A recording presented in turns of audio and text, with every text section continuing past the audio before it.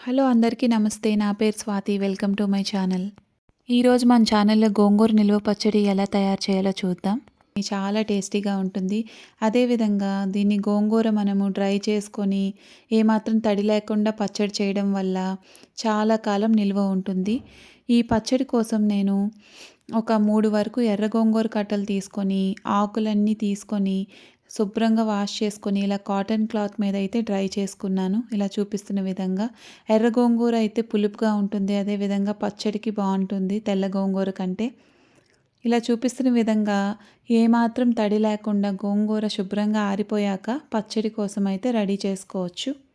ఇలా చూపిస్తున్న విధంగా ఒక ప్యాన్ తీసుకొని ఒక టేబుల్ స్పూన్ వరకు ధనియాలు, ఒక హాఫ్ టీ స్పూన్ మెంతులు వేసుకొని వీటిని దోరగా లో ఫ్లేమ్ మీద వేయించుకోవాలి. ఇవి కొంచెం వేగగానే దానిలో ఒక టేబుల్ స్పూన్ వరకు జీలకర్ర వేసుకొని వీటన్నింటినీ లో ఫ్లేమ్ మీద గోల్డెన్ కలర్ వచ్చేంత వరకు వేయించుకొని ఇవి వేగగానే ఒక ప్లేట్లోకి పక్కన తీసుకొని చల్లారబెట్టుకోవాలి.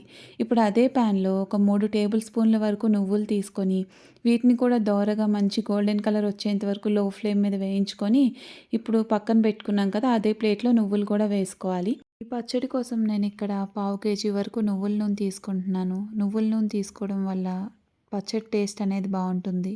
ఇలా చూపిస్తున్న విధంగా అదే ప్యాన్లో ఒక 4 టేబుల్ స్పూన్ల వరకు, పావు కేజీ అన్నాను కదా, ఒక గ్లాస్తో పక్కన పెట్టుకోండి. అందులో ఒక 4 టేబుల్ స్పూన్ల వరకు ఆయిల్ వేసుకొని దానిలో 20 వరకు పొట్టు వలుచుకున్న వెల్లుల్లి రెబ్బలు వేసుకొని ఇలా చూపిస్తున్న విధంగా లో ఫ్లేమ్ మీద గోల్డెన్ కలర్ వచ్చేంత వరకు వేయించుకోండి.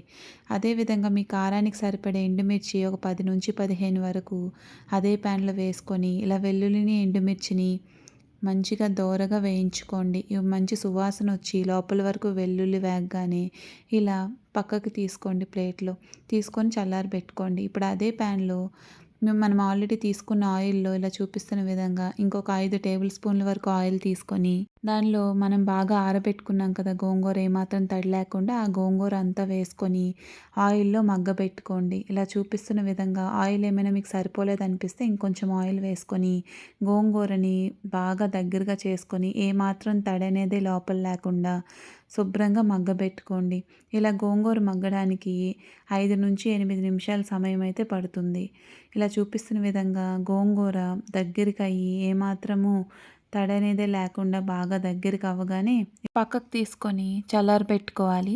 ఇప్పుడు ఒక మిక్సీ జార్ తీసుకొని మనం ఆల్రెడీ వేయించుకున్నాం కదా ధనియాలు, జీలకర్ర, మెంతులు, నువ్వులు, అదేవిధంగా వెల్లుల్లి, ఎండుమిర్చి, రుచికి తగినంత ఉప్పు, ఒక 2 టేబుల్ స్పూన్ల వరకు పడుతుంది ఆ ఉప్పు, అన్నింటినీ బాగా మెత్తగా పౌడర్లా చేసుకోవాలి. అది పౌడర్ అవ్వగానే దానిలో మనం ఆల్రెడీ మగ్గించుకున్న గోంగూర వేసి ఇలా బాగా కలుపుకొని మరొకసారి మిక్సీ తిప్పుకోవాలి.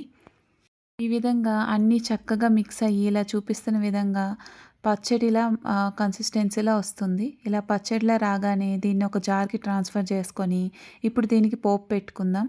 దీన్ని పోపు పెట్టుకోవడానికి ఇప్పుడు ఒక కడాయి తీసుకొని దానిలో ఒక 2 టేబుల్ స్పూన్ల వరకు ఆయిల్ వేసుకొని దానిలో హాఫ్ టీ స్పూన్ ఆవాలు, 5, 6 వెల్లుల్లి రెబ్బలు కచ్చాపచ్చాగా దంచుకొని, అదేవిధంగా ఒక 3 ఎండుమిర్చి తుంచుకొని ఇవి బాగా గోల్డెన్ కలర్ వచ్చేంత వరకు వేయించుకొని ఎండుమిర్చి, వెల్లుల్లి వేగగానే దానిలో కొంచెం ఇంగువ వేసుకొని ఈ పోపు అంతటిని బాగా వేగాక ఈ పచ్చడికైతే ట్రాన్స్ఫర్ చేసుకోవాలి.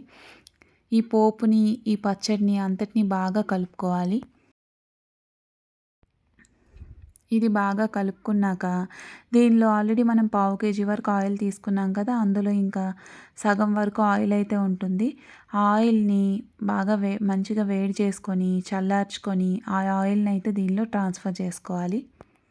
ఇప్పుడు ఈ పోపుని, గోంగూరని, అదేవిధంగా మనం చివరిగా కలుపుకున్న ఆయిల్ని వీటన్నింటిని బాగా కలుపుకోవాలి. బాగా కలుపుకొని ఈ స్టేజ్‌లో మీకు ఉప్పు, కారాలు ఒకసారి చూసుకోవాలి. ఉప్పు ఏమైనా సరిపోకపోతే ఇక్కడ ఈ పాయింట్‌లో అయితే మీరు కలుపుకోవచ్చు. ఇలా నాకైతే కొంచెం ఉప్పు సరిపోలేదు కాబట్టి ఇలా చూపిస్తున్న విధంగా ఒక టీ స్పూన్ వరకు ఉప్పు అయితే కలుపుకుంటున్నాను. అదేవిధంగా మీకు కారం ఏమైనా సరిపోకపోతే ఎండు కారమైనా కొంచెం, అదే మిర్చి పౌడర్ అంటారు కదా, ఎండు కారం కొంచెం కలుపుకోవచ్చు. ఆ విధంగా ఉప్పు, కారాలు సరిచూసుకొని ఈ విధంగా మీరు గోంగూర పచ్చడి అయితే చక్కగా చేసుకోవచ్చు. ఈ పచ్చడి మీరు తప్పకుండా ట్రై చేసి మీకు ఎలా కుదిరింది అనేది కామెంట్ చేయండి. వీడియోని లైక్ చేయండి, ఛానల్ సబ్స్క్రైబ్ చేయండి. Thank you for watching.